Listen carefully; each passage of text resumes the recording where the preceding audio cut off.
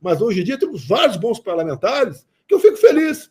Alguns têm subido a cabeça, né? Dado a popularidade, a notoriedade, achando que já pode dar voos bem mais altos, né? Eu chamo de EcoJA precoce. Não vai dar certo. Não vai dar certo. O sistema está muito bem articulado. O Carluxo disse que o Bolsonaro não estava falando do Chupetinha, mas é óbvio que ele estava falando dele. Basta pensar um pouco. Quem foi o político de direita que acabou de ter uma grande exposição em tudo que é lugar, e aprovação da direita, falando contra a medida sobre o Pix que o Lula iria fazer? Quem é o político que quer trocar a idade mínima para poder concorrer como senador, o que foi totalmente contra os interesses da família Bolsonaro? Pois é, o Nicolas Ferreira. De qualquer forma, entre o Bolsonaro e o Nicolas, eu torço pela briga. Falando em família Bolsonaro, hoje, deu ruim para o primo do Carluxo, o Léo Índio. Ele foi denunciado, pela PGR, por envolvimento nos atos golpistas de 8 de janeiro.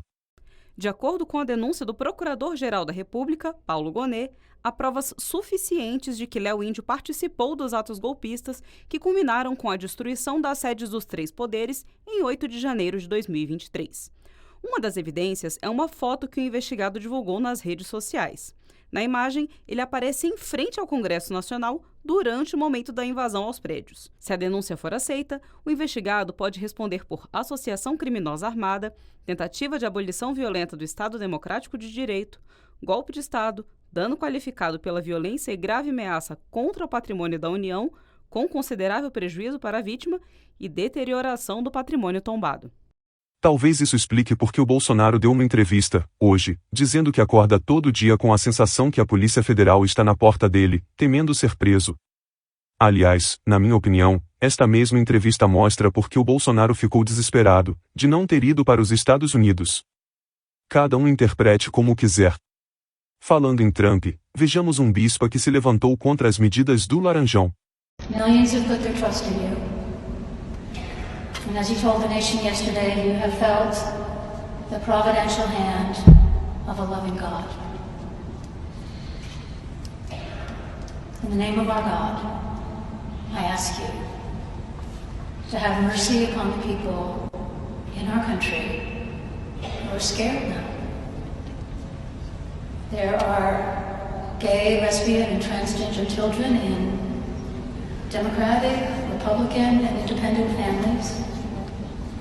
Some who fear for their lives. And the people who pick our crops and clean our office buildings, who labor in poultry farms and meat packing plants, who wash the dishes after we eat in restaurants and work the night shifts in hospitals, they may not be citizens or have the proper documentation, but the vast majority of immigrants are not criminals. They pay taxes and are good neighbors. They are faithful members of our churches and mosques, synagogues, Guadara, and temples. Mal alçou o poder e já está perseguindo cristãos. Lula? Não, o homem laranjado. O presidente dos Estados Unidos não gostou do sermão da bispa de Washington, que fez um discurso emocionante, um apelo, na verdade, para o presidente dos Estados Unidos ter misericórdia com os imigrantes, com os latinos que vão para os Estados Unidos tentar a sorte, e com os LGBTs também, que temem por suas vidas. Disse para o presidente: Deus nos ensina que devemos ser misericordiosos. E isso lá conhece os ensinamentos de Jesus. Trump ficou enfurecido e exigiu desculpas da bispa e de sua igreja. Tá aí, a perseguição contra membros da igreja começou. Só que não foi no Brasil, como você aí mentiu, dizendo que se Lula se tornasse presidente da República, iria fechar igrejas e iria perseguir cristãos. Muito pelo contrário, em 2 anos de Lula, digo nesse 3º mandato, Lula já sancionou 2 leis. Tá aqui, ó. E olha que são esses que são a favor da liberdade de expressão absoluta. Enquanto Trump persegue as pessoas apenas porque são de outro país, ou por terem opção sexual que ele é contra, ele libera gente que é realmente perigosa. Mas, como é de extrema direita, tudo que ele faz o povo fanático passa pano. Vamos abrir olho, enquanto é tempo. Seguindo aí, a gente vai mostrar para vocês notícia importante que acaba de chegar. Não acaba de chegar não, né? É uma notícia que a gente vai comentar agora, mas que é muito importante, porque segue o que a gente já falava aqui. Trump chacoalhando o mundo com várias medidas e quase criando um judiciário, né? Quando ele anula essas decisões e essas sentenças, ele cria um judiciário ao modo dele. E aí, ele concedeu perdão a um criador, gente, de site de venda de drogas. Ele perdoou um condenado à prisão perpétua. Esse é o tamanho, essa é a gravidade, o tamanho do que a gente está falando quando fala desse remodelamento que Trump quer fazer nas decisões judiciais. Ele está cumprindo promessas e anulou a sentença de Ross Ulbricht. Esse Ross, ele é criador do site chamado Silk Road, simplesmente um site que teria movimentado 214 milhões de dólares com venda de drogas. 214 milhões de dólares vendendo drogas, ou seja, estamos falando de um crime muito claro e foi tão grave para a legislação americana que ele foi preso em flagrante em 2013, prisão perpétua. A polícia encontrou com esse Ross Ulbricht um notebook que tinha um painel de administração do site, registros de conversas sobre o gerenciamento dessa venda de drogas.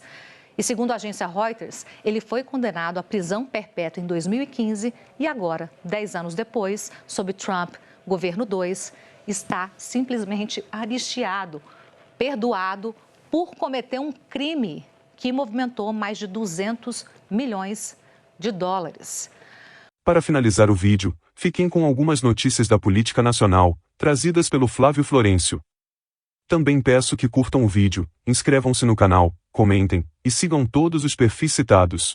A Polícia Federal indiciou hoje 4 ex-dirigentes da Polícia Rodoviária Federal responsáveis por atrasar os ônibus dos eleitores da região Nordeste no segundo turno, numa tentativa de diminuir a quantidade de votos ao presidente Lula. A PF atribui crimes como prevaricação e desobediência. Na época, o diretor-geral da PRF era o Silvinei Vasquez, que pediu voto para o Bolsonaro em plena rede social, já esteve um período preso e hoje está sob monitoramento de tornozeleira eletrônica. E aqui é a foto de 2 dos 4 agentes PRF que foram indiciados hoje pela Polícia Federal. Durante a investigação feita pela Polícia Federal, foram colhidos depoimentos do alto escalão da PRF que relataram que houve sim uma pressão exagerada e ilegal para que eles cumprissem ordens ilegais e tentassem impedir a vitória do Lula no segundo turno. E a Polícia Federal indiciou também o Anderson Torres, que na época era diretor-geral da Polícia Federal, e indiciou mais 4 delegados da própria PF, também por participação nessa trama para atrapalhar o caminho dos eleitores do Nordeste do segundo turno. Olha só o nível de loucura dos bolsonaristas. A Carla Zambelli teve que vir a público se defender do motivo dela ter utilizado um vestido da cor vermelha, ela e a esposa do Eduardo Bolsonaro, num desses eventos depois da posse do Donald Trump. Os eleitores, os bolsonaristas, ficaram incomodados com a cor vermelha, que é a cor da esquerda do PT. E ela falou que vermelho lá nos Estados Unidos é a cor do partido do Trump.